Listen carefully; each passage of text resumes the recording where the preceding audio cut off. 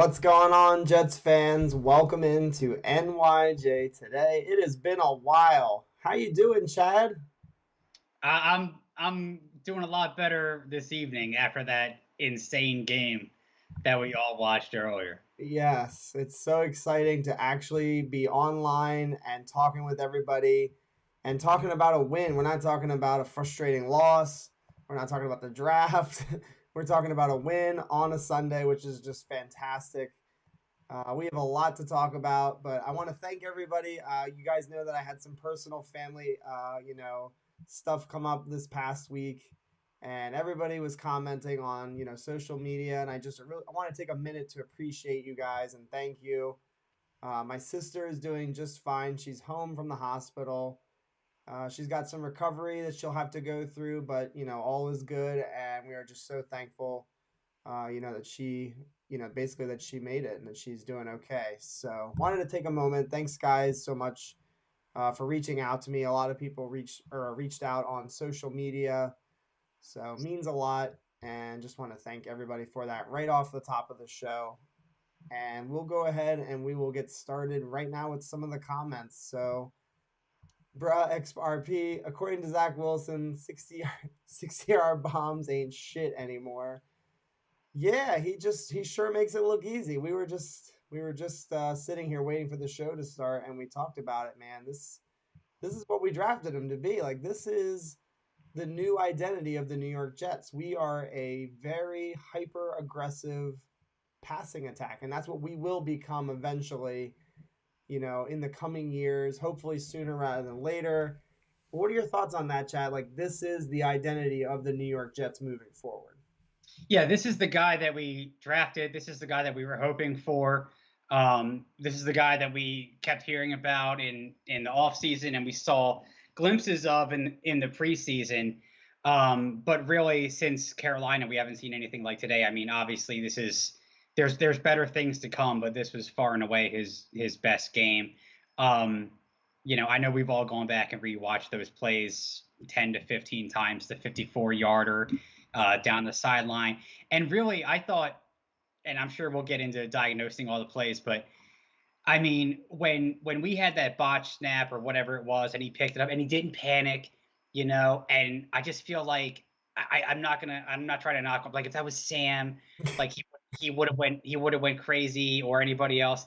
He picks it right up, throws a dart to Crowder. And by the way, how great is it to have Crowder back? Yes. Thank Yeah, thank God for that. But no, I mean, to answer your question, like this is the guy we've been waiting for. This is the guy we've been waiting to see.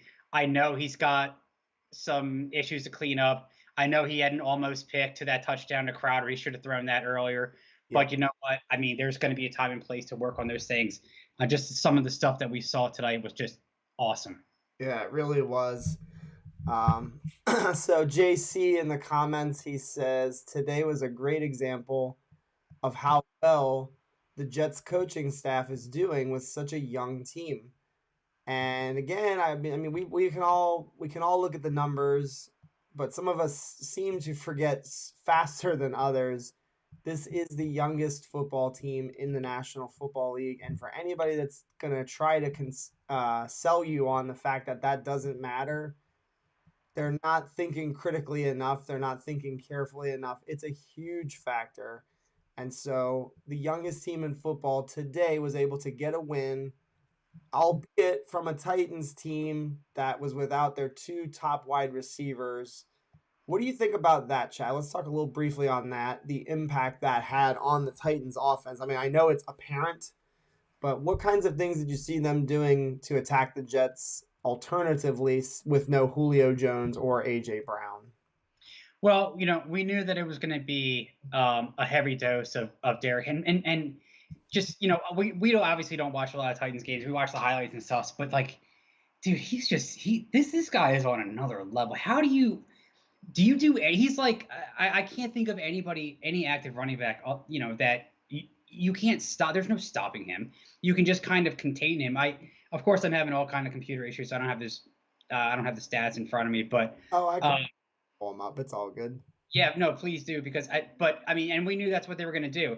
And the name of their other running back has escaped me right now, but I mean, they had a hell of a day. I think that they did almost everything they could.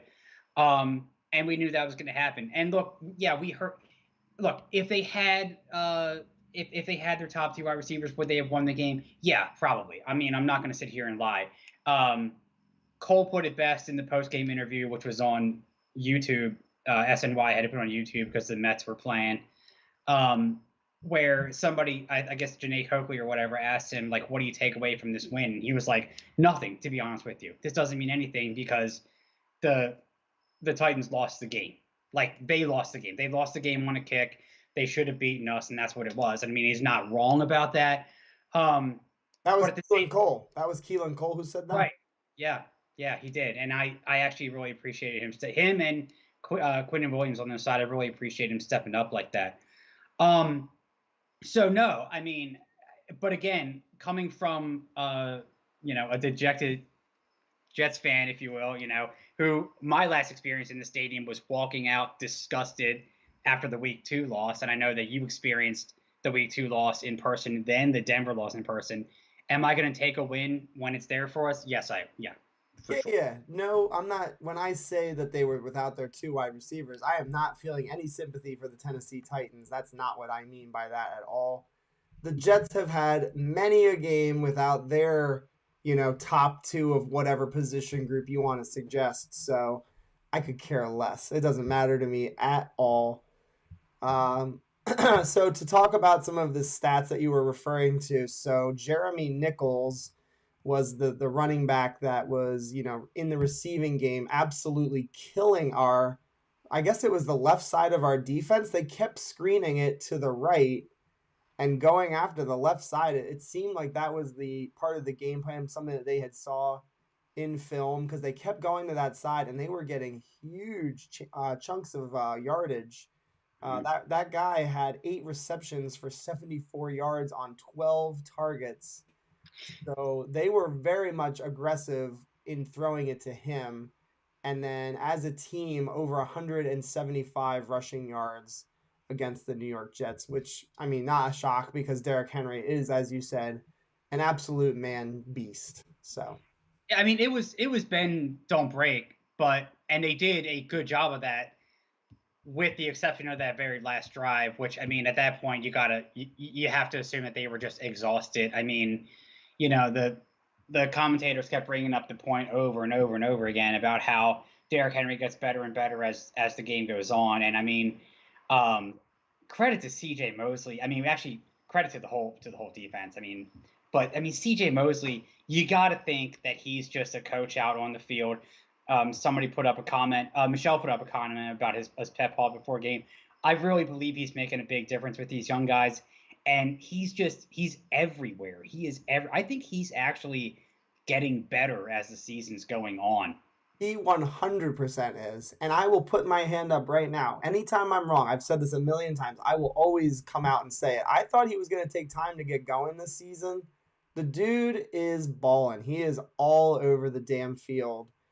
And something that has caught my eye is just how fast he is right now, playing a little bit, with less meat on the bone. He lost some weight, which is good. He did that on purpose. It is apparent how quick he is to the football. He is flowing, hitting hard, making plays, and as the season progresses, if these some of these young kids start to step forward, I think he's going to look even better with some support around him. It's going to free him up, to just to play even more freely, and I'm really, really excited about it. It's super exciting. Um, I don't think we've even begun to scratch the surface on Quincy Williams yet either. I mean, we have a lot of topics. He's definitely one of them tonight, no doubt about it. He was phenomenal tonight, or phenomenal today, I should say. Real quick, we got a question in the chat. Jets gang. So no, unfortunately, we would not be second in the division if the Pats lose tonight, and the reason why is because head to head they beat us. So they ultimately hold a tiebreaker as of right now in the division rankings. Having said that, though, we're 1-3. They could end up being 1-3 at the end of the evening. We play them again. There's still a lot of football left to be played. So right now, I'm not too worried about the division race. Let's see. Great game by the Williams brothers. Yeah, we are Jets in the comments. Good to see you, brother. New to the channel. Thanks for joining us. We got Wicked in here. Absolutely. What's going on, man? It's good to see you. Stephen Engel with a comment. He's got a hot take here. He says the play calling still sucks. Watching an Adam Gase offense. So I have no problem talking about the play calling because the rollout on third and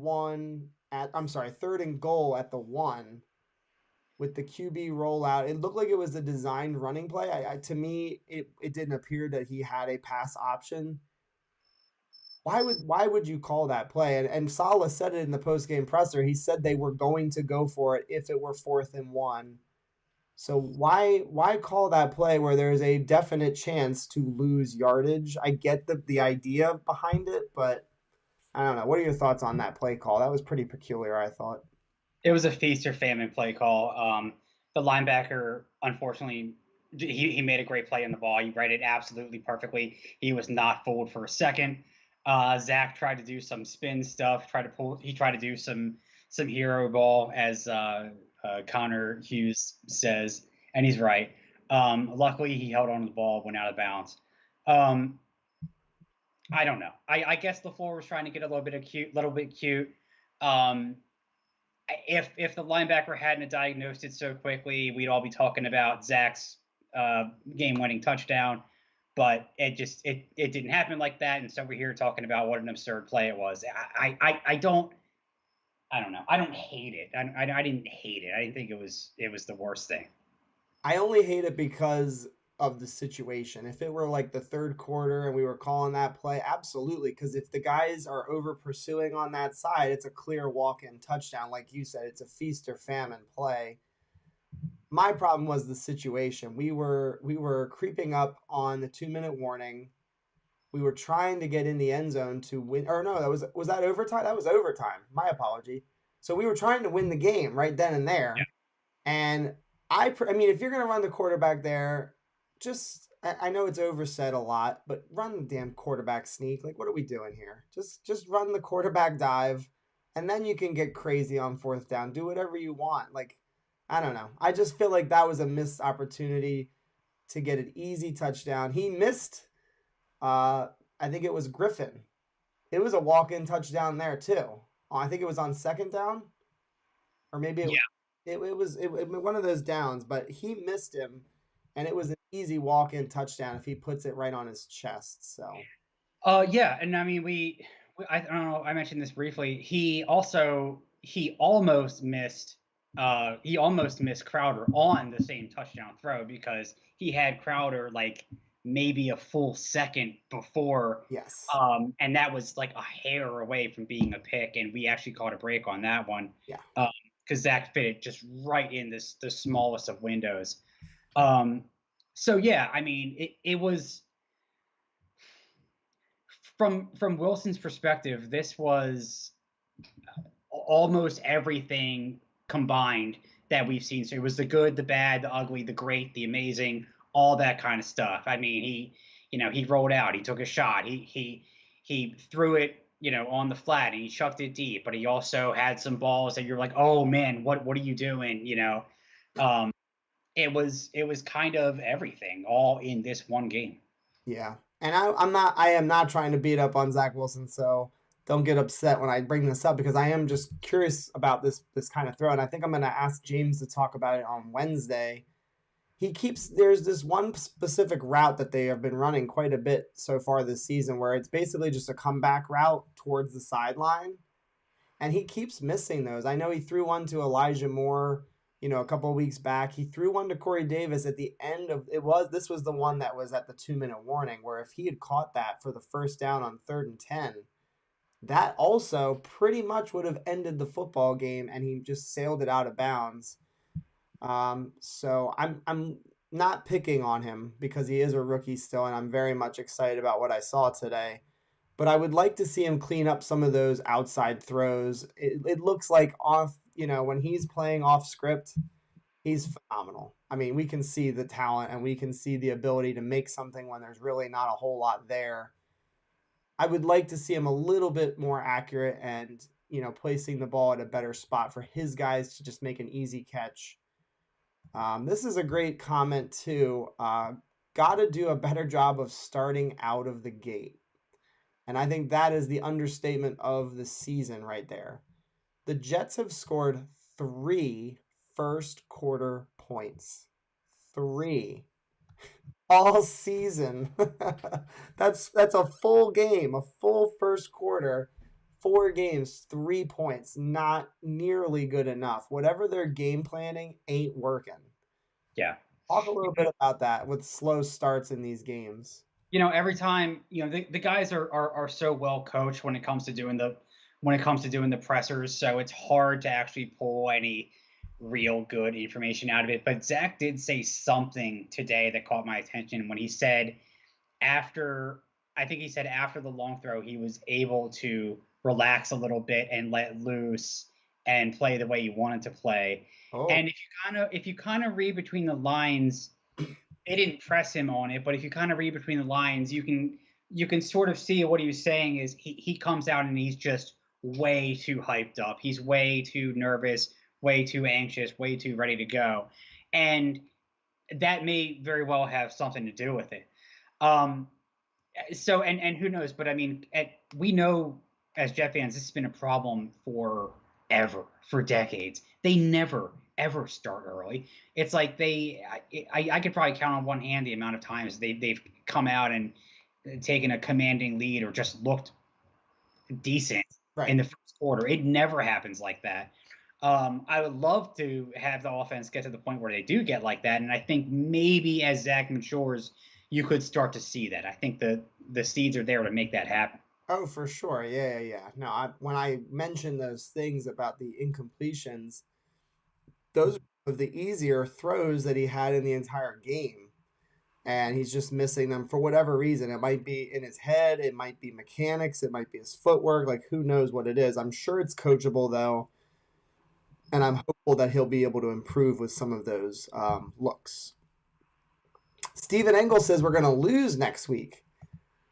Interesting. I think the Falcons, are starting to play a little bit better. They've looked better the last 2 weeks.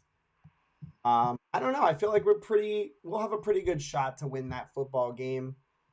What are your thoughts on next weekend? I mean, I know we're not ready for that completely, but what are your thoughts on next weekend's game? I feel like we definitely, I wouldn't say we should be heavily favored, but I think that we should be, it should be pretty close, as far as the spread goes. Yeah, I would probably put it at a 50-50 right now. I mean, I don't know much about what the Falcons have right now outside of a couple of their key players. Um, if the defense continues to be consistent, if hopefully why am I blanking on 26 Nichols? No, the guy that went down. Eccles. If he comes back and if the secondary continues to play surprisingly well, like surprisingly amazingly well, then I think we're definitely going to have a chance. Um, I don't think it's a guaranteed loss right now. I also don't think we should be heavily favored. It's going to be 50-50. But I tell you what, if we do come home with a dub, I mean, the whole feeling, on the way forward is just going to be so much different. So much different. Yeah, so people talked about it prior to today's game. This was a really important game. Like, I, we're not even really talking about playoffs or anything like that, but just going 0-4, and then with the prospects of going potentially 0-5 against the Falcons, that would have been a really bad look. Uh, I would love to get to 2-3, and then just to see, how does this team respond to winning 2 in a row and then having their bye week. It would be really interesting to see that. I I I don't know, man. That's gonna be a tough game to win. It's a lot of travel. It's more travel for the Falcons, so we'll Um, see, man. no, and I think that's why it was so critical that we came out with a win today. Although, let me ask you this, and guys in the chat too: was there, and be honest, was there moments where you were at least mentally preparing yourself for a tie, Yes. and what would have been your response to that? because I certainly was. I mean, there I Yes. was like, okay. I mean, the freaking game's gonna end in a tie, and I mean that's just kind of what it is. So what were you thinking at that point? When they had their delay of game I think it was delay of game and they lost 5 yards and it pushed them back. I actually thought that could be like, okay, now we have a shot because it was like around a 50-yard field goal at that point. I was like, this is not a layup, field goal for anybody really, other than maybe a Justin Tucker. So I felt pretty good actually once they bounced them back a little bit with that delay. But yeah, you're right. When we were around that 30-second mark and they were like inside the 30-yard line or so, I was like, this is not looking good at all, man. Like it looked like it was going to go to a tie. Yeah, And I felt like they took a long time on that last drive. They were going kind of slow, the Titans. I felt like they needed to have a little bit more urgency. They could have potentially, gotten a little bit closer, I think, if they had just gone a little bit faster. Frankie from Flatbush. LaFleur needs to stop scripting the first 15 plays and make calls like he does for the rest of the game. Well, he makes that's an interesting comment. I'm trying to think of how to phrase this. So I think that LaFleur does do really good with adjustments. I think we can't sit here and just only be negative with LaFleur. I think he's done some good things by looking at the tablets, whatever, reviewing the film mid at halftime and making some sort of changes. That could just we could give credit to the players and not LaFleur in that circumstance, I guess. I don't mind him scripting plays because that's a pretty common thing to do around the National Football League. I think maybe they all do it, but I do hear what you're saying though. It would be nice if he kind of called plays with a little bit more of a free mind, like Zach Wilson on some of these balls that he's throwing down the field. Just play loose, call your plays loose. Not loose as in like we're going to be throwing it wildly up downfield, but try to make some plays, man. Get crazy in the middle, or excuse me, in the beginning of the game. Don't wait until the second half to start pulling out some of your good stuff. I have never understood the scripting plays thing. I've never even I mean even back in the Mike Heimerdinger days. I've never understood it. It never made sense to me. But I mean, I'm sure it doesn't have to make sense to me. It only has to make sense to them. So it just doesn't like if something is not working. Why are you going to continue to do it? Like, oh hey, well we got another 8 more plays to Yeah. more script, and then we're going to go off script for the next 60 plays of the. It just I never got it. And maybe that's what Frankie's saying. Maybe you've caught, what he's trying to capture there best by basically just saying like, after the first 5 to 7 plays, if it ain't working, change it up. Like don't wait for the rest of the game to do that. So maybe I, that's I what he's getting at. I guess the idea is you're gonna force their way into a rhythm by scripting these plays that they know are coming, but at the same time, if it doesn't work, then it's all for naught. I don't know. So James DiPietro, he says that Cordarrelle Patterson and Mike Davis are not um, Henry. Derrick Henry. Sorry, I couldn't remember his first name for a second there. Cordarrelle Patterson is having an outstanding season this year. Go to the stats and take a look at how they're using Cordarrelle Patterson. They're having him run the ball. They're having him receiving the ball. He had a monster game today. I don't take them lightly. I'm not saying they're Derrick Henry. Of course they're not. But that's a factor, man. I think that those two guys, they're decent. They're not bad at all. How is how's Kyle? What's the early returns on Kyle Pitts? He hasn't scored a touchdown yet. He had 4 for 50 today, 4 receptions for 50 yards. I think he's middling right now. Um, it seems like maybe he and Matt Ryan aren't on the same page quite yet. You know what a good remedy for that is? Playing the Jets. Yeah, So yeah, right. Well, we'll see, man. I don't know. It would be nice if we had Marcus May in this game. This is going to be a hard one without him potentially covering a tight end. That could make things a little bit more challenging. Do you, We do you do you buy into this Marcus May conspiracy stuff? Yeah, the potential of him, like, faking an injury or whatever to be traded. I don't Yeah. I don't think that if that's the case, it doesn't really like force the Jets' hands. Do you know what I mean? Like they're not going to be like, "Oh, he's faking an injury. Let's trade him real fast." You know what I mean? They're not going to do anything just because he was doing something like that. So, I don't buy it. They could trade him, but I don't think that's the reason for that. I think he's genuinely hurt. We have to get to this comment. NY Jets, Florida.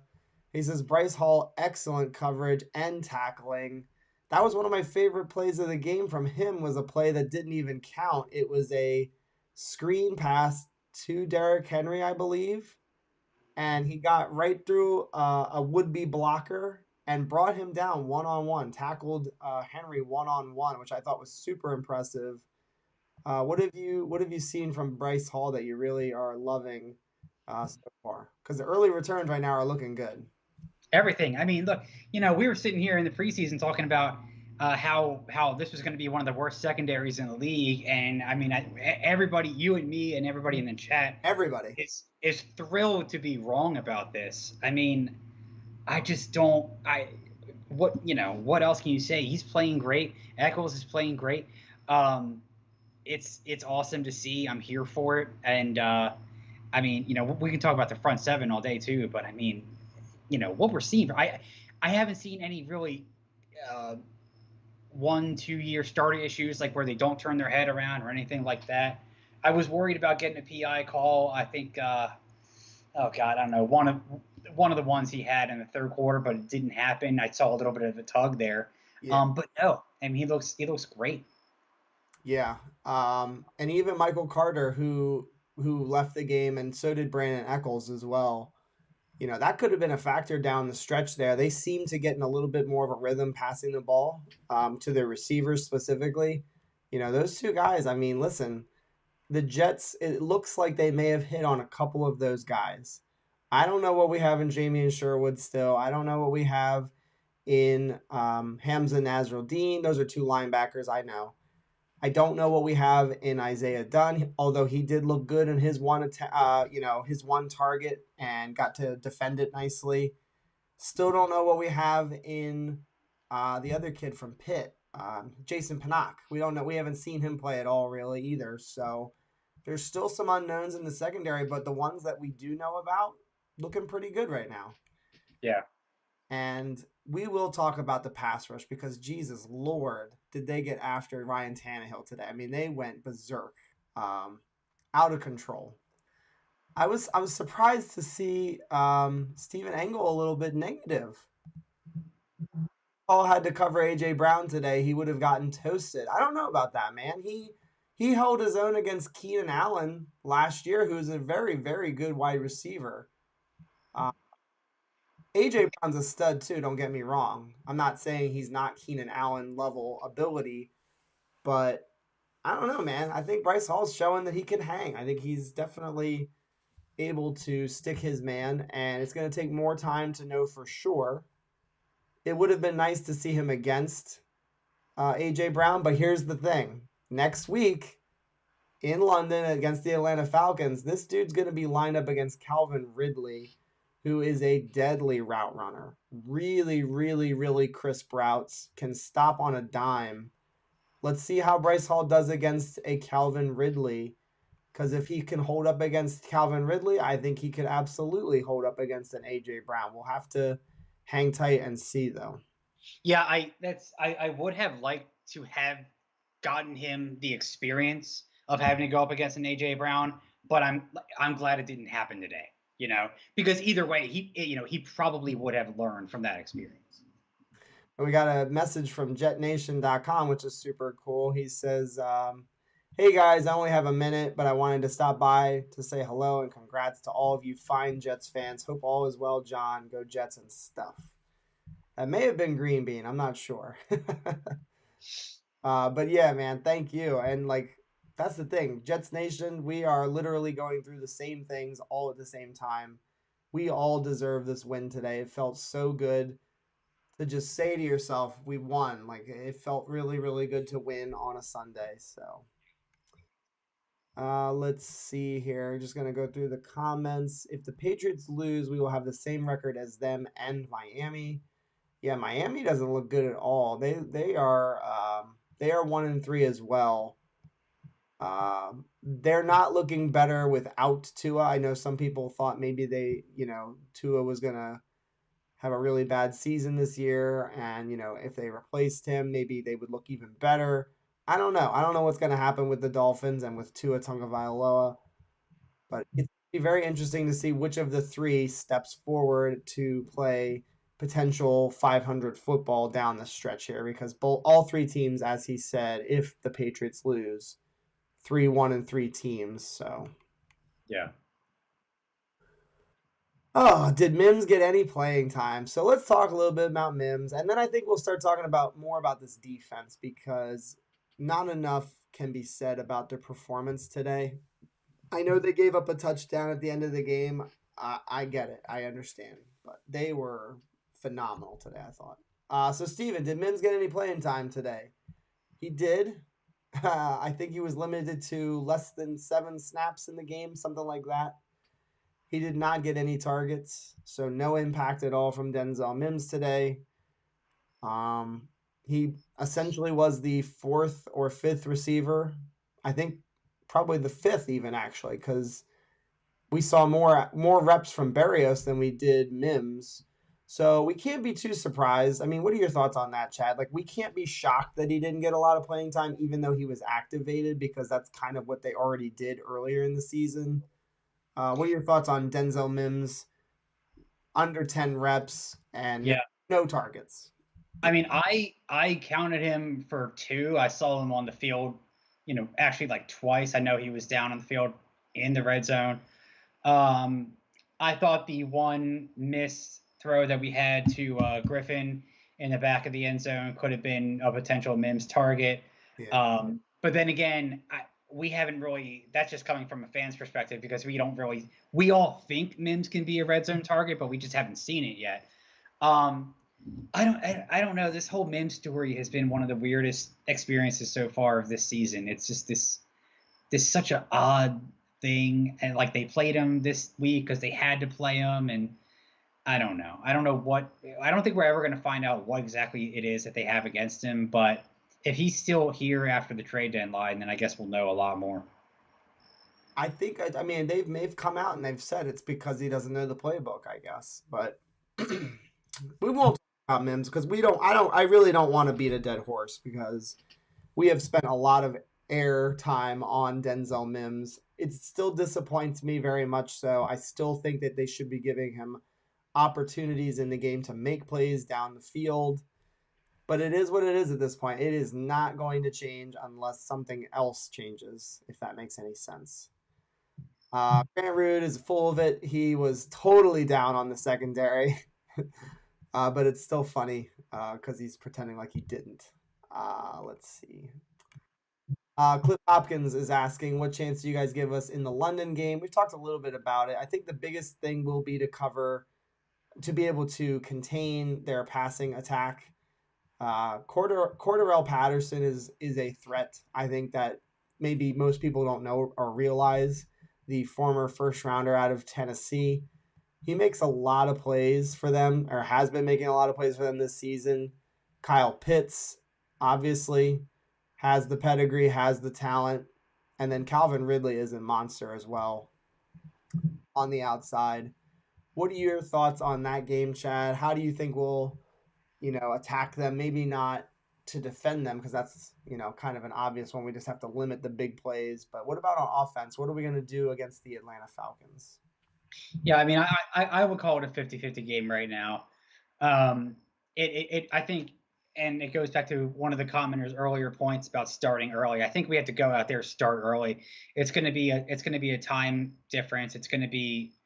Um, it's going to be a different experience for the entire team. And I don't know, what is that, like a 10-hour flight or something like that. Yeah. So, um, so no, I mean, I would put it at about 50-50 right now.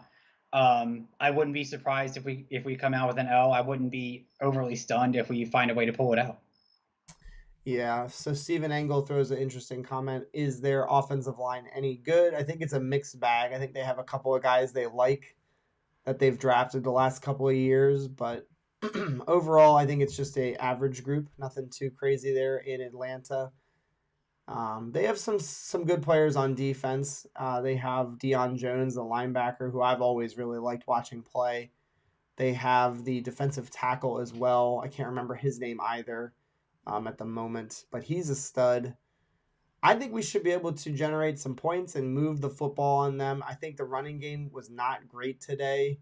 If we could get the running game going a little bit better, I think we have a really, really good shot to win this football game. So, and the offensive line, for whatever it's worth, we've been a little hard on them up and down so far this season. When they've been decent, and we've been able to do some things offensively, and then there's been games where they've just not been able to do their jobs. So if the offensive line can show up, we might have a shot. I don't know if you would notice, and maybe somebody in the chat, was this the second week in a row that AVT got called for illegal touching downfield or whatever? Yeah, illegal man downfield, you mean? Yeah. I Like, I think did that's he get called for that last week too? I'm not sure. I think that's just because of the design of the play, and if Zach holds the football, if their intent is to go upfield like a RPO or a screenplay, and if Zach holds it a little bit too long, that kind of stuff can happen. Um, I thought, speaking of penalties, Nathan Shepard, what the hell was going on with him today? Three, Yeah, I mean, three well, I mean, penalties. yeah. To be honest, like I don't know. I thought he was like on the practice squad or something. I was like, what? Who? What? No. Oh yeah, Nathan Shepard. I'm like, what are you doing? What are Yeah, you doing? Why are you doing this? he was really killing us there for a little bit. But no, and you know what though? Uh, Front seven pressure defense travels, and I mean, if the defense shows up the way that it did, I mean, and this is a good opportunity to transition and talking about them, then I would give us a real good chance next week because those guys absolutely balled out. Yes. Are you talking about the defensive line? Is that what you said? Yeah, front seven in general. Yeah, man, definitely. Steven coming in with another comment. He says Jonathan Franklin Myers looks like an absolute beast today. Uh, Next year, if Lawson returns, this D line will be an absolute unit. Don't forget, they might use an early pick on another edge or another defensive lineman. It would not shock me at all. I'm not saying they will or that they should. I'm just saying that they could. So it could be even more, what we're talking about here with JFM, Carl Lawson. I really liked what I saw from Bryce Huff today, and I've been a little bit critical of him. He's had some plays where, or games, I should say, where he's just not really been a factor. He was in there today, and he was making, some big plays happen for sure. Getting hits, that's the biggest thing, impacting these quarterbacks so they don't Yeah. feel like they have all day to throw. Stephen Engel, he says it's totally ridiculous and not smart to not play Mims. Put Mims and Davis on the outside. Cole Barrios more rotating on the inside. That's how we all saw it going into the season, man. I mean, I made videos talking about how excited I was for Denzel Mims, but our expectations have to be adjusted because it's just not going to happen. Unless something changes, it's not going to happen.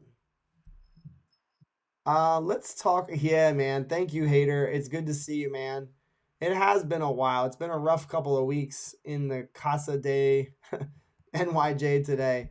Definitely looking forward to getting back to it, and hopefully creating some videos this week. I haven't made a video in weeks now. It's been brutal.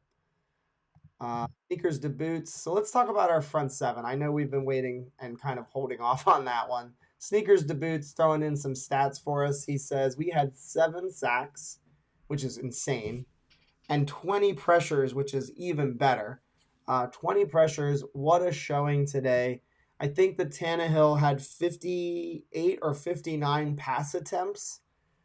So, I mean, by the way, before we get into the front seven, they had over 80 plays offensively in this game. That's a really high number. And we were down in like the 40s or 50s or something really bad. Like we got totally killed in the time of possession. If you look at the stats today, we should not have won this football game. Chad, talk a little bit about the front seven. We've talked a little bit about it, but just hammer home how nice it was to see them because they dominated today. Yeah, it looked like the opposite version of what happened to us in week one, where I don't know. I don't know if that O line is having trouble or whatever. I know they had their injury to the left guard. Taylor Luan went down, but I mean they just absolutely decimated that O line. Jonathan Franklin Myers is rapidly becoming one of my favorite players on this team. He had an interview, like a long form interview that was released a few weeks ago, and it might have been the New York Post, Yep. where he just talked about his fire and where it comes from, and wanting to prove everybody wrong. And I love what I see out of this guy. A nonstop effort, nonstop energy on every play. I love it. Um, it's great to see. Bryce Huff was shining coming out of the edge. You could see the kind of speed that he has. And of course, just because he's a star, I don't want to neglect Quinnen Williams because he was, I mean, he probably played, more snaps than I've ever seen today. I think they subbed him out a couple times, but I mean, he was right in there getting sacks, right in there getting hands on Derrick Henry. I mean, it was awesome to watch.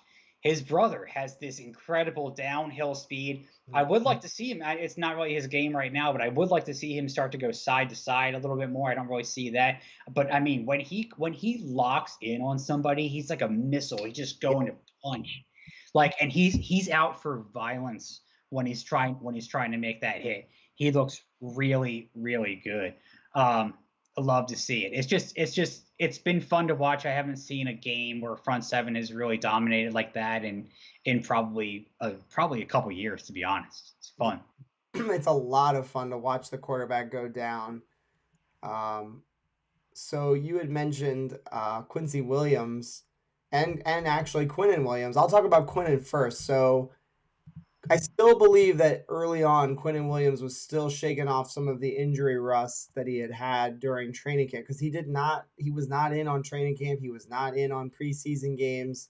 I really, really believe big men, especially, it's one of those things where you have to get reps to be in shape, to be ready to go in a game. And we're starting to see now that he's clearly getting the rust knocked off. He's definitely in game shape now. So there's no ceiling for Quinnen Williams right now. And that's pretty exciting. We are damn lucky to have Jonathan Franklin Myers because it looks like, although he may not be as explosive as Carl Lawson on the edge, he's a threat on the edge. And people are starting to recognize that now. Adam Archuleta, who was on the call today with Greg Gumbel, he was singing the praises of Jonathan Franklin Myers. He kept talking about how impressed he was by him. So if we're getting a Jonathan Franklin Myers, who is a young guy, ascending player who can play in the inside and on the edge, along with Quinnen Williams, although it may not reach the same heights that I kind of had hoped for with Carl and Quinnen, it's still a really damn good unit to have on the field and to be really excited about, man. And so maybe that expectation that I had where I was like, we need to lower our expectations on the pass rush. Maybe I was wrong there too. I think it's a really really nice thing to see. And the Titans offensive line, they're no slouch. That's a good offensive unit there in Tennessee. So even without AJ Brown and Julio Jones, they were getting in there quickly. It wasn't like he was sitting there holding the ball forever looking for somebody to get open. He was getting pressured quickly. It's just such a contrast from the days of watching Muhammad Wilkerson take obvious plays off. Yeah. And it's just, I don't know how to describe it, man, but it's like it's one of those things where like you could see like the energy is palpable and they're bouncing back and like the defense is feeding off of each other, especially in those last couple drives. Like everybody wanted to make a play. They wanted to be the guy to make a play. And it's also good that we talked about JFM in the offseason as one of our guys to watch. And look, you hit on some of those, you miss on some of those. I mean, when you get into all the misses, like the guys that we thought were going to have their step up seasons right now. But so far, it's good to have talked about JFM and then actually see this come to fruition, right? Because we saw we saw some of the plays last year. We knew he had a good training camp, and so far so good. He's looking great. I want him to be a part of this team moving forward. Yeah, that's the other thing we have to talk. Well, we can talk about another time. Is that they need to figure out, pretty quickly. I think they need to figure out if they want this guy long term. I don't. They can wait till the off season. That really won't bother me. But they have to get this guy under contract. He's young. He's talented. He's ascending.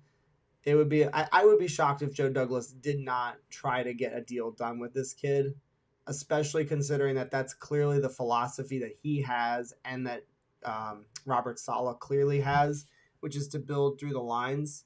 So young players like that are homegrown talent, do not go. Do not let Jonathan Franklin Myers go. No, if we let him walk, it's going to be. That would be silly. I think that would be crazy. I would be more shocked by that than by a lot of different moves that we could make in the offseason. That would be definitely tops for me. Like, Unless he like drastically drops off. yeah, Uh, yeah, yeah. but he's been consistent. That's the thing. He's been consistent. I mean, I But don't I know. got to get to this comment because it goes along with the front seven, and we'll keep talking about the front seven because that was clearly the dominating factor in the game. Frankie says next step for our defense will be to get some turnovers. And I was talking about this to my wife. I was literally yelling at her the whole game. When are we going to get some damn turnovers? When are we going to get some damn turnovers? And the numbers suggest that if you are hitting the quarterback, sacking the quarterback, pressuring the quarterback, those turnovers should happen. And they didn't happen today. If it keeps up, maybe not at that rate, but if we keep pressuring the quarterback, the turnovers definitely need to come and should come. What are your thoughts on the fact that we don't? I think what do we have? One turnover, and it was because of a botched handoff in the Carolina game. Yeah, I no, and I mean, I agree. There was a couple moments today where I mean, at least once a game, I find myself saying, "Love a turnover here, love a turnover here." But and there was obviously in that very last drive, well, the last two drives in regulation, and then the last drive that the Titans had. I mean, you would have loved to see the turnover, and it didn't happen. But they also were going with a lot of safe throws. They didn't really give a lot of opportunities. But then you can make an argument that we should have created opportunities for a turnover. And you know what? We're not going to see a 7-sack game every week, but if they continue to play with this level of energy in the corners, the secondary unit continues to surprise the entire world. I think the turnovers are going to come. I really do. Um, turnovers are a result of pressure, and I think it's going to come. It's going to kind of take time. This is a funny comment. I've been locked in on Chad's fan for a good 5 minutes. It's mesmerizing. You know what it is? I'm not turning the. I'm at war with AC right now. For whatever reason, it decided to go back up to like 81 today, and I'm like, no, I'm not turning you back on. I'm saving money on that BG&E bill this month. Yep. No, it was just a funny comment. That's all. So let's go. Let's keep going here. Edge are deep in this year's draft class. Thibodeau obviously would be amazing. I'm confident that we will not be in a position to draft him, which sounds really arrogant coming from a Jets fan.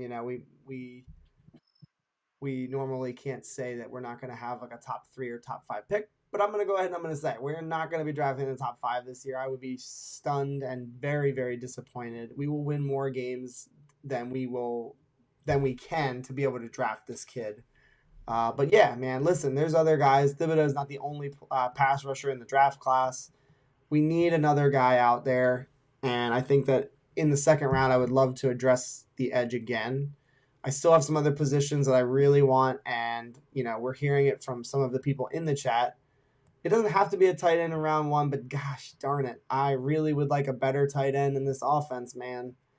Because I don't know who I was listening to the other day. I can't remember who it was. It's going to drive me crazy now that I'm thinking about it. But he was talking about what's the best thing for a young quarterback to have. And he said, tight end. Tight end is like the best thing, a best safety net you could give for a young quarterback. And we are devoid of anything that's threatening at the tight end position. So tight end's got to be addressed early in the draft, in my opinion, unless they make a move in a trade or a free agent signing. So Yeah, and that's another good point, Jeremy. The sacks today, there were a couple of plays where it wasn't just the last one that you're mentioning here. He got hit and they were raking at the ball. I was shocked that he didn't cough the ball up. I'm talking about Tannehill right now. Yeah. Really, really impressive by him to hold on the football with some of these hits that he was taking. Yeah, you got to be.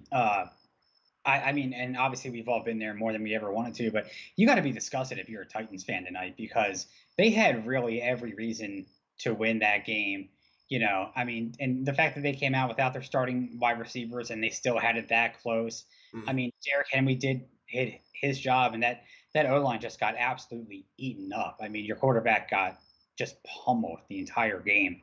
Um, sucks for them, but I mean, we've also, Yeah, we were we were literally just in that position. So right. Well, it's even more frustrating for them because they are a contending team. Like they have playoff aspirations and expectations in Tennessee. So to lose to the New York Jets, I'm sure is a bitter pill to swallow. But too bad, too sad.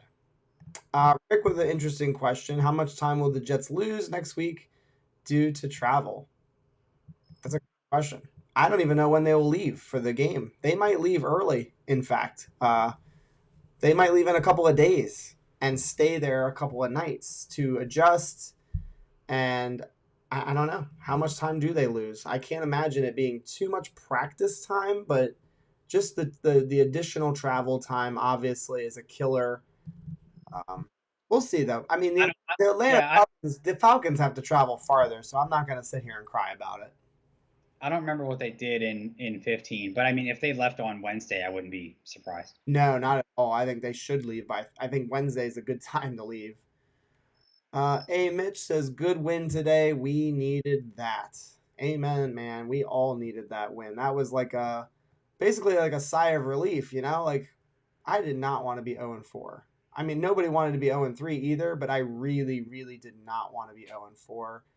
The prospects of going 0-5 into a bye week, eek, not good at all. Yeah, I yelled way too much today, and I think I damaged my vocal cords for tomorrow because I was yelling a lot in the living room today. And so much, in fact, that my daughter was like scared of me. I think so. I gotta pull it in a little bit. I have a daughter now. I can't be a complete wild animal. Yeah, I think the neighbors downstairs Yeah, heard me. yeah, They're all like walking their dogs and stuff, and I'm screaming, throwing stuff around the living room like a child. like uh, a like a fully totally rational adult human being. of course.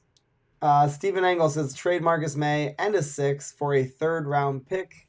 We could probably get more for Marcus May than just the third round pick. I would rather get a player, somebody that's younger and with a little bit of upside. I would love to see us trade for Hayden Hurst. Trade straight up Marcus May for Hayden Hurst. Get a tight end in this room who can stay here for a couple of years. Marcus May was not going to stay here for more than a couple of years if we had re-signed him anyway. So I don't know, man. Grant Rude, trade Mims for a tight end. We ain't know how to use him, no how. That's an interesting concept. Trading for another position group on offense. Depending on who it was, excuse me, I might not hate it, but it just depends, man. We need somebody young. Don't trade Mims, who's a young guy, for a player that might only be here for a few years. Because I still think that Mims, with proper development and learning the playbook or whatever you want to say, like he can make plays, man. He can be an impact on an offense for sure. Oh, sneakers to boots. Why are we talking about the draft after this W? That's a good question, man. And maybe we should stop talking about the draft. This channel, I will say, it began in the off season, so it's almost natural for me to want to talk about that because that's all we talked about for the first 7 months of the channel's creation. So I do apologize. No worries. Whoever we pick with our first pick next year, there's not a shred of doubt he will get hurt sometime before the season starts or the first couple of games. That's how we roll. Don't do that, Stephen Engel. No bad juju. Not after this win. Surprised you think the Jets won't be picking inside the top 5 this year. We will not be picking inside the top 5. You want me to say it again? We I'm a little bit surprised by that too, to be totally honest. we will not be picking the top excuse me, in the top 5. I don't expect that. I expect this team to get better as the season goes along. I do believe in the philosophy and the mindset that young players develop faster than older players. And although they're not going to be world beaters by the end of the year, I do think they're going to be playing well together and they will have learned a lot as the season has gone on. And I know that this is looking really far ahead. We do have 2 games at the end of the year against teams that might not be playing for much. Buffalo could very well have the division locked up. Yeah. And playoff seeding may be locked up even with 2 weeks to go. And Tampa Bay, I would be stunned if they're playing for anything in that last game. I really would. So that's kind of the factor there. I think we'll win some games that we shouldn't win. I think we'll win some games, against some other teams. The Saints are not very good. The Saints are a pretty bad football team. We play them. We play the Jacksonville Jaguars at home. We should beat the Jacksonville Jaguars. I think we're a better football team than the Jacksonville Jaguars. The Atlanta Falcons, we play them this coming week. It's a little bit of a toss-up. We can win that football game. The Miami Dolphins kind of suck too. And F the Patriots. We should have won that damn game week 2. I still can't believe we lost. We got embarrassed at home. I think we could beat the Patriots even on the road. F the Patriots and F the idea of picking in the top 5. I don't see it. That's a very well articulated and well thoughtful response. I hope you're right. I really do. I mean, coming off the last 3 weeks, I've had a hard time seeing where any wins are coming from. But at the same time, like the first 4 to 6 weeks of the season is always deceptive. To say it like that, it's always deceptive. Everybody wants to put these narratives on all these teams right off the bat, and in some cases you can, but in many cases you just can't. You got to let the season play out. At least past like week 5, week 6, until you get almost maybe midway into the season before you kind of really understand what the presumptive narrative around each team should be. Yeah. And I'm trying to pull up the Jets schedule with little to no success because I don't know how to use the internet apparently. I'll pull that up in a few seconds, but yeah, man, I think there's some winnable games on the schedule for sure. Let's see. There's no doubt. I mean, listen, man, I'm not suggesting playoffs. I just don't think we're going to be a top 5 pick kind of team. Thomas Cahill, we can't be 500 at the bye because we have only one more game left till the bye. But I do think we can win this game, get to 2-3, and then who the hell knows what'll happen after that, man. We've got some games we can win. I think I said 6 to 8 wins before the season, and I ended up saying 8. That was a little bit lofty. I could still see 6 wins on this team. There's no doubt about it, man. No doubt about it. Let's see. John making a phone call after the stream to call out of work tomorrow. I will not, sir. It's really hard to call out of work in my line of business, being a teacher. In fact, it's almost impossible. It's hard to do that. But yeah, no, I'll be at work tomorrow. And I was at work on Monday after watching the Jets game on Sunday, and then driving back from New Jersey to Maryland. So I can tough it out with the best of them. Let's see. Oh my God, isn't that the best? My daughter could care less though right now. I'm still working on getting her to care, but at 3 years old, it's a little bit tricky.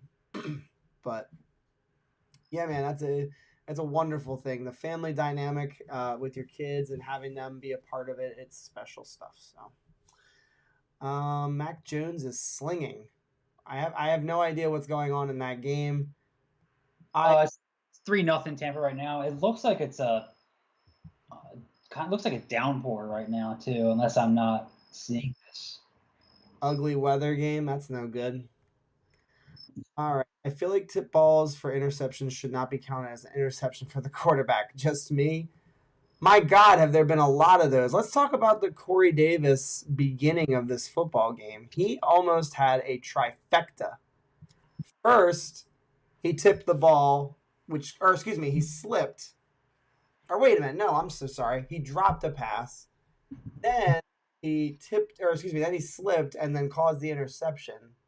And then on that first reception that he had, he fumbled the football, almost lost it, almost had the trifecta there. What were your early thoughts on Corey Davis? It wasn't looking too good there early on, and then also just the idea that I think Zach has like 2 to 3 tipped passes into the air that led to interceptions. It's kind of frustrating. Yeah, Corey Davis has had such a like Jekyll and Hyde season so far. I mean, coming out of the preseason and then especially after week one, it had me thinking, how could Tennessee possibly have let him walk? But at the same time, we've seen the tip balls, we've seen the balls go right through his hand. The second interception in the Patriots game comes to mind. Um, so it's been frustrating, and I'm glad he was able to ball out today. I know that was important for him. I think he ended the game with like 111 yards, something Yeah, like that. He looked great. um I don't know. I that's the only complaint is he able to bring the ball down in these critical situations? I hope he can. Otherwise, we'll be looking for yet another starting wide receiver or yet another number one wide receiver next season. I don't want to have to do that. I still like Corey Davis. I was getting pretty pissed off. I won't lie. Especially after the near lost fumble, I was like, come on, man. Like, your head is just not in the game. Like, wake up. Like, we need him and we need all of our receiving options to help Zach Wilson. And I know a lot of them are really young, but those guys have got to catch the football. And it's really, really frustrating when tip passes off of a drop lead to interceptions. So, just in response to that comment. Yeah, I saw Ocho Cinco sent out some good juju. He's been doing it, all off season and the beginning of this season as well. He is a very. I mean, what do we? We're not saying that Ocho Cinco is some like savant and knows what he's talking about necessarily, but he did play in the NFL. He knows good quarterback play, and he is a firm believer in not only Zach Wilson but Elijah Moore. Um, I think he he was the one where he was like crying watching film of somebody running routes. I think like Elijah Moore, like he's very high on him. So, what? Any thoughts on that, Chad? Well, first of all, I mean, I was actually going to ask what the status of Elijah Moore's injury is right now because I'm waiting for him to come back. If he can just be half of what we would like him to be this season, it's going to be awesome. And then again, as far as the Wilson take, yeah, I mean, I look psychologically, that's why it would because I mean, if you're following social media like we do, which is actually a totally unhealthy thing. Uh, I'm going back. Did you see the article that somebody linked about like the former scout who wrote this? Just did you read this? This former scout wrote this scathing piece about how terrible he called him a glorified high school quarterback. And I'm like, okay, well, the throws that I saw him make today, if that's a glorified high school quarterback, then I'm going to take it because that was awesome. But before this afternoon, the heat was starting to come down on Zach Wilson already after 3 games. So that's why today was just so critical I think from a psychological perspective. Oh, I'm Um, I'm totally on board with that for sure. Did you have something else you wanted to say? No, I'm just reading the comment about the concussion protocol for. Yeah, I mean that's the next thing we want to see from him because we really. I mean, he's had some flashes so far, but I really want to see. I want to see what more looks like in this offense when Corey Davis is up and running, when Crowder's up and running, and when Zach is feeling comfortable. I want to see more in space. Mm-hmm. So I want to get back to this comment about the Jets winning games and not picking in the top five. Grant Rudy says, okay, so the Falcons, Pats, Miami, the Jags, the Bucks, the Bills, which is incredibly optimistic. 7 wins. Where does that put the Jets? At the very, very best inside the top 13? Well, yeah, I mean that's better than top five. So yeah, I mean, I'm not predicting anything outrageous above a top 5 pick. Like I still think we will be picking in the top 15 to top 18 by the end of the season, no doubt about it. But again, look at the schedule, man. There's some winnable games. I don't think that the Eagles at home for the Jets is a like a huge obstacle to overcome. Like we can beat the Philadelphia Eagles at home. The Dolphins have struggled. The Saints have struggled. The Bengals have looked pretty good this year. That might be a tough game. The Colts have struggled. We got the Falcons coming up. I don't know if I mentioned the Texans yet. There's some winnable games on the schedule. So no, I do not see top 5 draft pick by any means. And no, I'm not going to predict anything beyond that. I'm definitely not suggesting playoffs. I don't think playoffs are at all realistic. Not even close. All right. Um, did Mike make it through without incident? And I think he's referring to the Broncos. Yes, Mike and we made it through without incident. Actually, the biggest thing was those damn scooters, man. So if you've never been to Denver, and there's some other cities that do this, you can rent scooters as a mode of transportation. And let me just be honest with you, that was the first time I'd ever rode an electric scooter. I nearly fell off of one, so that's number one. I hit a small pothole and I smashed my knee into the bar of the scooter.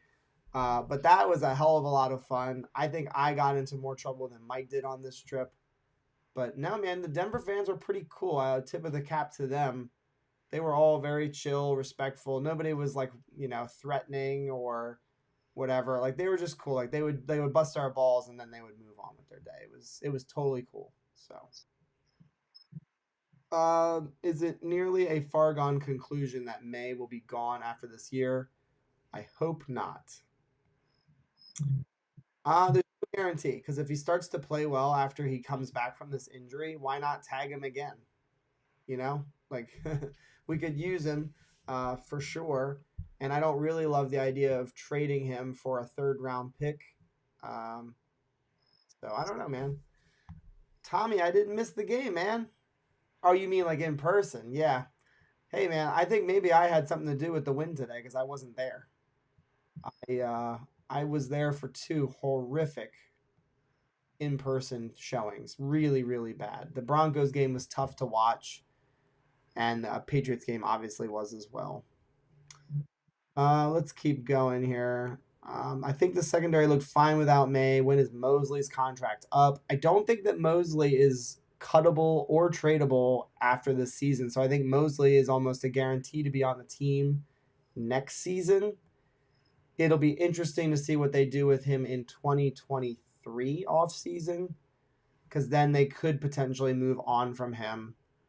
But yeah, I think he's still got like 3 years left on his contract, I'm pretty sure, after this season because he signed a 5-year deal, played 1 year, and then opted out, which forces the contract forward, I'm pretty sure. So I think he's got 4 years still left on his contract.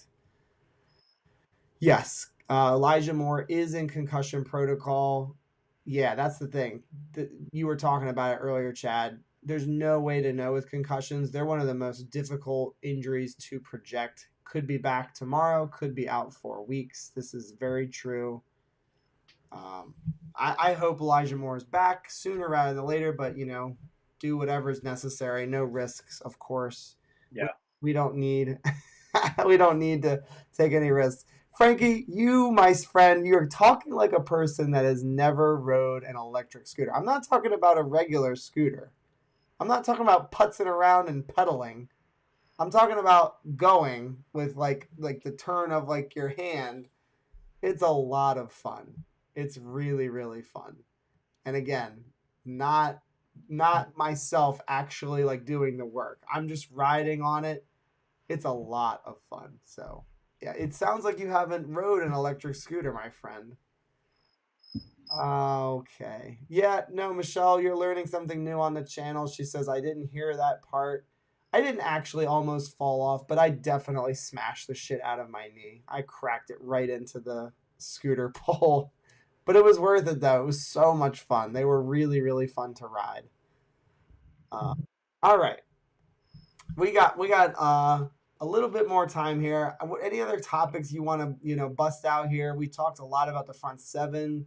We didn't talk too much about Quincy Williams. I kind of skipped over him. What are some of your takeaways from Quincy Williams in this football game aside from the downhill playing?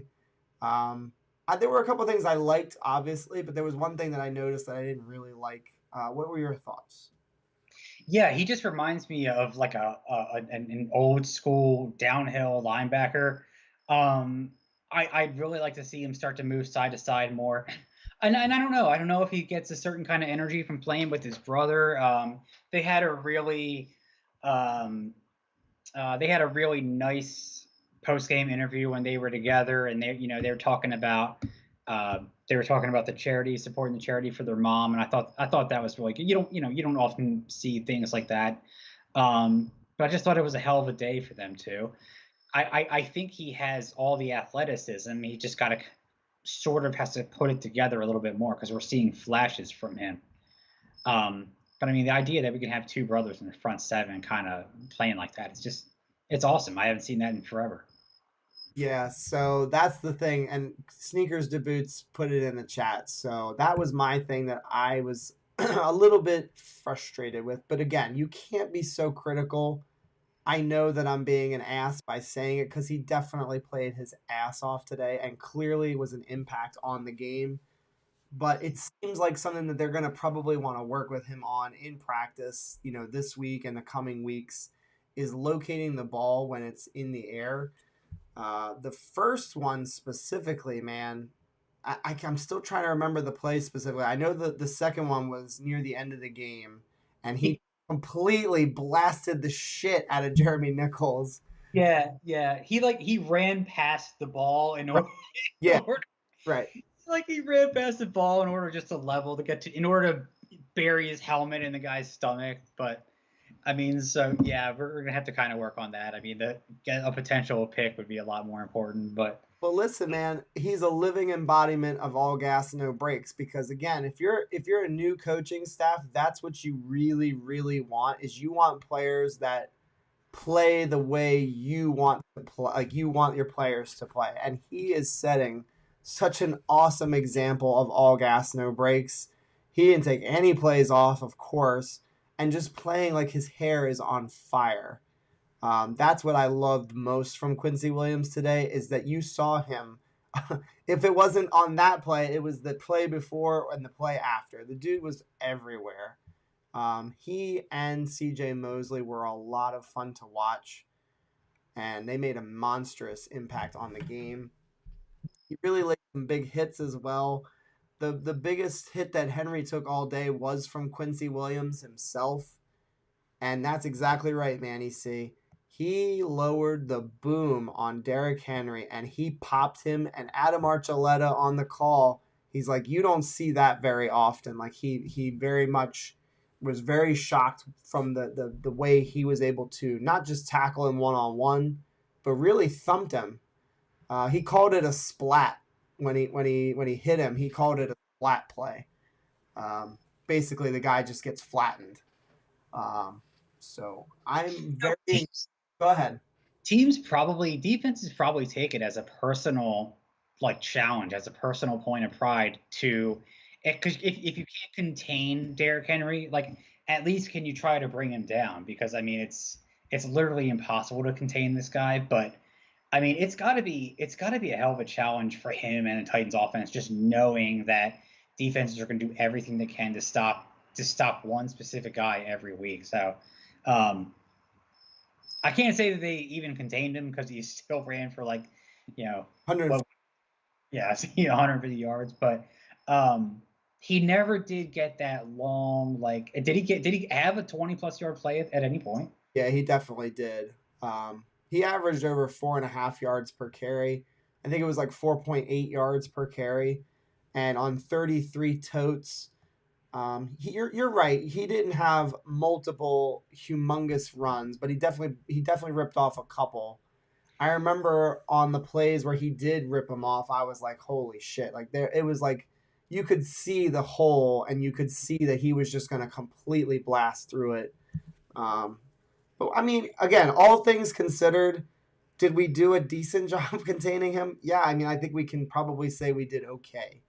Yeah, it's like giving up 100 yards rushing against Lamar Jackson. It's like, okay, I mean, like, what did you think was going to happen? But I guess the better way of saying it, he didn't have a Sports Center highlight play. Like, he didn't have some absurd stiff arm where he stiff arms the guy back 5 yards, or two guys hanging off of his shoulders as he's running in the end zone. Like, we didn't concede that kind of like absurd highlight play that like kills your morale. You know what I mean? Yeah, no, most of his runs were due to the offensive line opening up really good running lanes for him. I think that was when he was at his best today. There was nothing where he was like bold people and breaking a billion tackles, like none of that. So you have to give a lot of props to Jeff Ulbrich, I think, for the way he obviously motivated the defense to get hats on that guy and to bring him down quickly. I do want to get to a question from Grant Rood. He says, "What do you guys think of the Jets' running game?" I'll let you go first, man, because I've got some takes on it because I think it's worth discussing the running game. So go ahead. What do you think? I still like what we're seeing out of Michael Carter. I was happy that he was able to get his first touchdown today. Um, Beyond that, there was a Tevin Coleman sighting. I question why we ever signed him in the first place, and I don't like getting rid of Josh Adams. I liked what we saw out of Josh Adams in the limited exposure that we got to him. He was our very poor man's version of Derrick Henry, and I liked him. And I don't like the fact that we are going to give him the opportunity to sign elsewhere. Um, so outside of Michael Carter, I don't have a ton of great things to say about a running game right now. Yeah, P. Ryan was a healthy scratch today as well, which, again, I'm not trying to toot my own horn because I do say when I'm wrong. So I do have the free right to say when I was a little bit right. I did never really ever love the LaMichael P. Ryan draft pick. I still stand by that. And if he starts to ball out, I'll definitely tell you I was wrong. But for right now, P. Ryan's looking like, it was an attempted safe pick rather than trying to swing for the fences like this Michael Carter draft pick was. I liked that draft pick because he has the explosiveness. And I've never really been a big believer in LaMichael.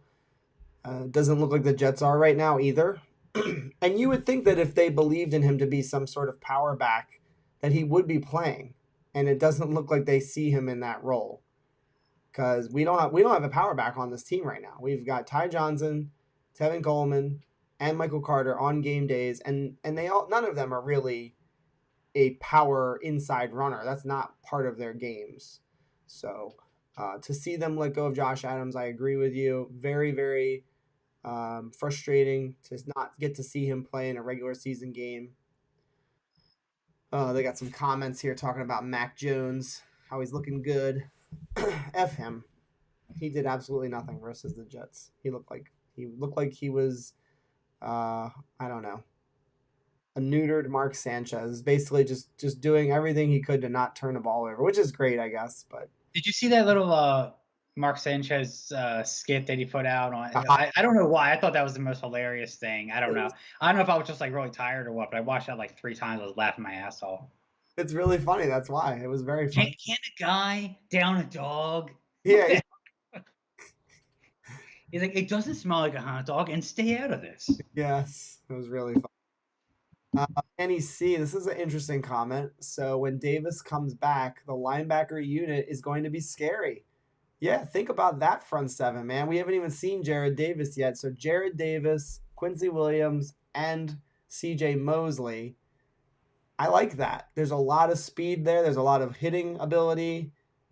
I look forward to watching that, and I think that we're still expecting Davis to be ready by the end of, or excuse me, after the bye week. Like, is that the Yeah, expectation? yeah. So, I mean, we haven't heard an update on him in a while, but we could be seeing him by week 7 for the Patriots game. If not that, then week 8 for the Bengals game. Be big, and yes, I agree that would help our front seven a lot. Um, They signed that guy. They believe in him. Jeff Olberg believes in him. Robert Saleh believes in him. And if the defense can play like this without many of the guys that they believed in, I think getting Davis back is big. What are your thoughts on the pass interference call on the 4th and long on the Titans' last drive in the fourth quarter? You were very specific. Thank you very much. I know exactly which play you're talking about. What were your thoughts, Chad? I thought that it was a okay call because he did arrive before the ball and definitely made contact before the ball was, before the receiver put his hands on the football. So, any takeaways? Did you think it was a bad call, a good call? No, I mean, it's sometimes sometimes it just kind of it's blatant, and you know what I mean. Like it's kind of is what it is. Like I'm the first one, especially while I'm watching the games, to go 100% conspiracy theory on everything. Like oh, they're out to get it, but no, he was mugging the guy before the ball even got there. Yeah, unfortunately, it looked like he had gotten his arms, he had like come over the top over his shoulder, and it was like one of those attempts where like he was trying to get his hand over his shoulder to knock the ball down, which would have been good. But the problem is he got there too early, swung down, never even touched the football, and then the football hit him. So Yeah. I thought it was a pretty obvious play. It sounds like you were at the game, Tommy. So I would just say maybe watch the play if you haven't already. To me, it looked like it was a pretty easy call to make. Oh yeah, so I heard that on the broadcast. He got the Bronx cheer. His first catch of the game when he almost fumbled the football. People apparently were applauding him and cheering for him. Welcome to New York. If you're I gonna, thought I did hear that. I thought that was more for like getting a first down because we went 3 and out, and then. no, But man, it could have been that. I don't know. I think it was Corey. Unfortunately, Corey's got to do a better job of when the ball hits his two hands. He's got to make those catches, even if it's a little bit high. You are being paid a lot of money to make those grabs. So yeah, I'm not surprised that the Jets fans did that. And hey, man, at least they cheered. They didn't boo. Yeah. Nice chat on my wavelength. Refs and Vegas work hand in hand. Put that in your pipe and smoke it. I want to throw up cheering for Brady to get the win over the Pats. I hate. So that's the thing. My dad and I were just talking about this because I was visiting my sister yesterday, and I talked to my dad, of course, about the Jets, and he was trying to basically like have a conversation like Mike would. Like he wants to talk about how great Tom Brady is. We're so lucky we get to watch him. And I'm like, no, I still hate Tom Brady. I do not like Tom Brady. I could care less what team he plays for. I still hate him for the years of punishment that he gave us. So, yes, I agree. It's sickening to root for Brady. However, I am rooting for Brady to win tonight because I don't want the Patriots to ever win. That always takes precedent over a player. It's weird seeing this Fireman Ed Uber Eats commercial on national TV. Like I've seen the Fireman Ed commercials before, but like normally you see them on Jets on New York channels, but this is on like national TV. It's weird seeing. Saw that too. I couldn't tell if it was his actual brother that was holding him up. I didn't get to watch the commercial more than once. But yeah, that was interesting, right? They got him on a national TV ad, which is pretty cool. He's one of the most recognizable fans in all of the NFL, I would think. Like the name Fireman Ed is like easy and recognizable. And he just stands out at Jets games, man. All right, good evening, guys, ladies, fellow Jets fans. Great day for the Jets fans.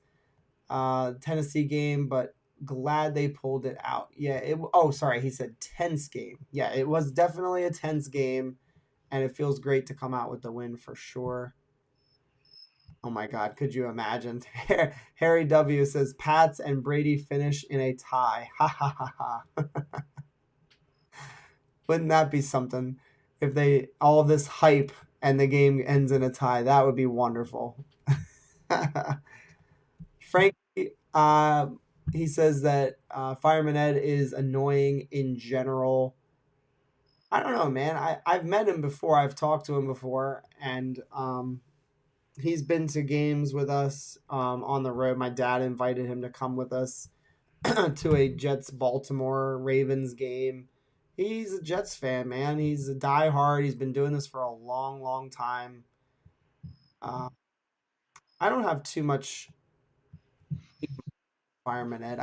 I can understand maybe why he'd be annoying just because he's always on TV and like, you know, I get it. I understand what you're saying, but he is really not all that much different than you and me. He is a diehard for the Jets. So anybody that's rooting for the Jets wants the Jets to win. He really wants the Jets to win. Trust me. I can't hate on the man too much. And he's good at what he does, man. He gets the crowd loud as shit. Do you think the game plan is relatively the same versus the Falcons next week, or do you see double coverage on Ridley, more blitzing on an immobile Ryan, a more aggressive downfield Zach attack? It was pretty aggressive today, passing attack wise. These are some good questions. What do you think about that, Chad? What are some things that you could see, that you kind of expect to see versus the Falcons? And maybe we'll wrap it up there. You know, this will be kind of the end of the show here. We'll talk a little bit about expectations for the Jets Falcons game. Yeah, for sure. I mean, I definitely think will see them continue to bring the blitz like they did, especially after having so much success with it today. Considering that how older Matt Ryan is now, and how immobile he presumably is. And offensively, yeah. Look, I mean, everybody wants them to come out and establish the run, but sometimes that just isn't going to happen, especially with this O line.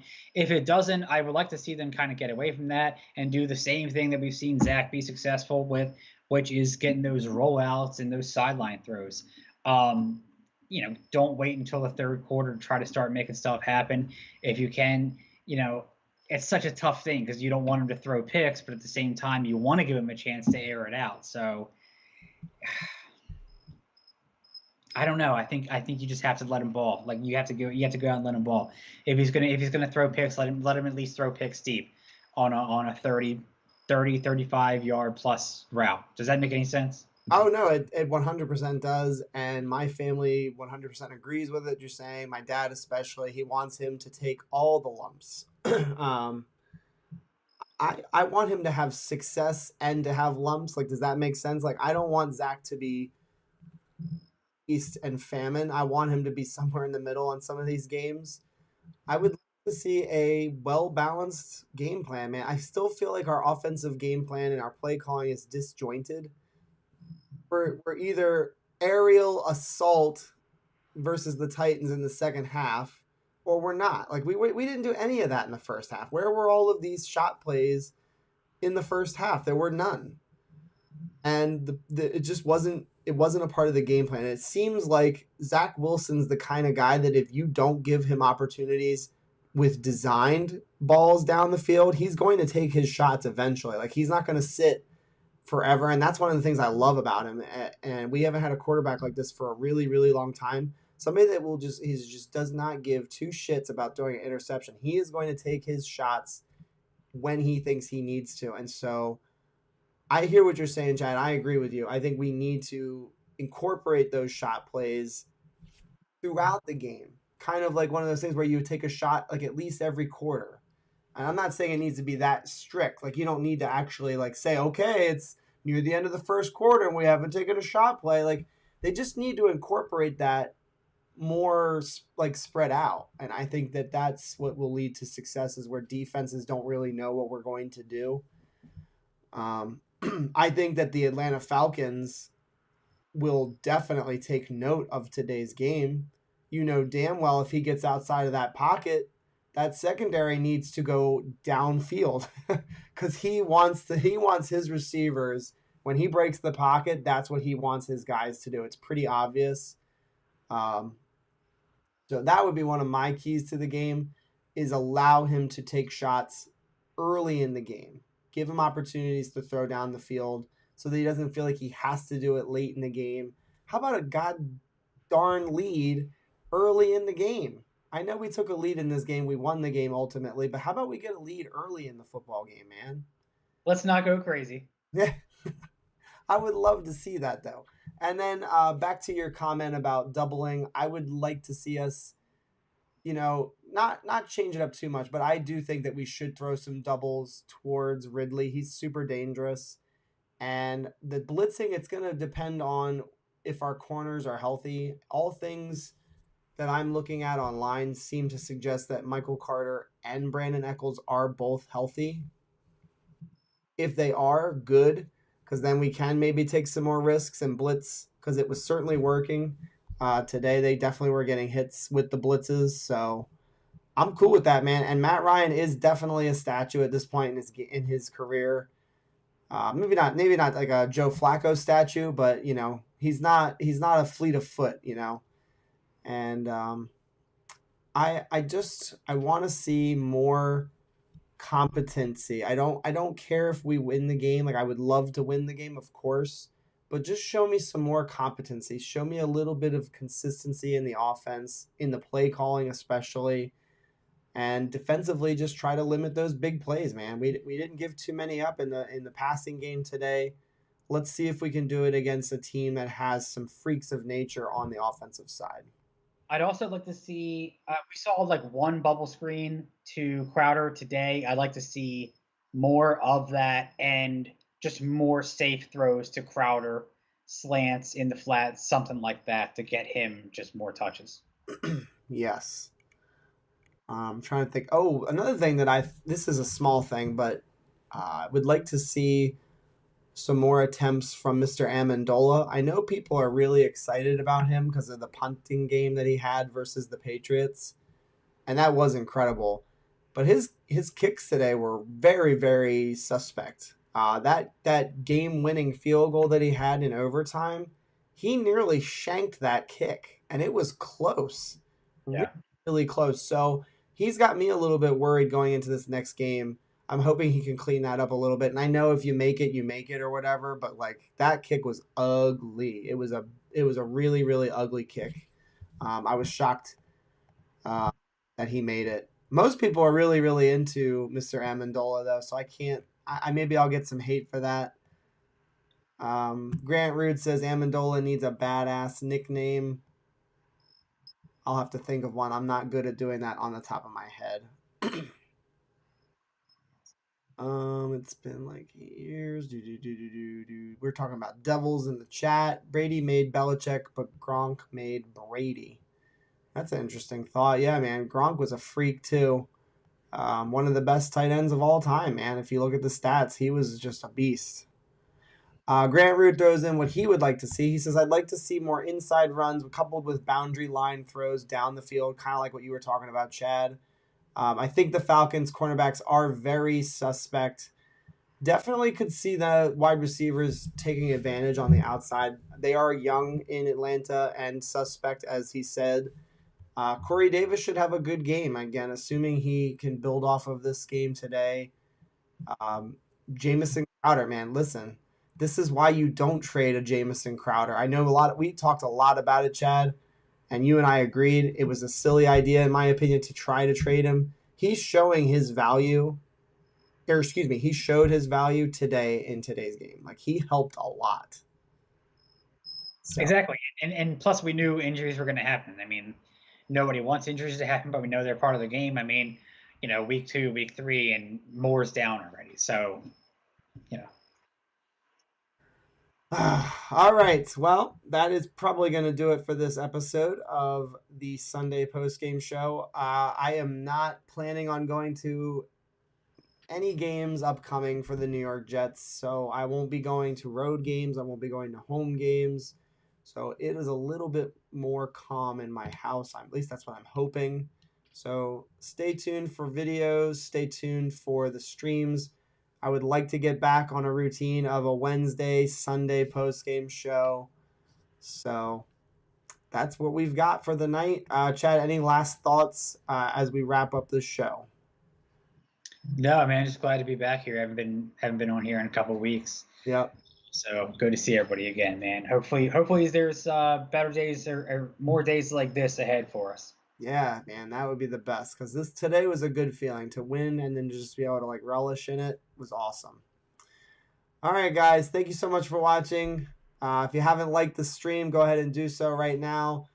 Leave me a comment. Like if you didn't have one of your comments read during the show, feel free to leave a comment after this stream ends. And then if you're watching this show after the show is over, feel free to load comments in there. I do read them, so I will also respond. Hope you guys have a great night. Have a good work week. We will see you on Wednesday night for the Wednesday podcast. And we will have James and Mike. James will be back, and we're looking forward to talking Jets football with you as we go to London to play the Atlanta Falcons.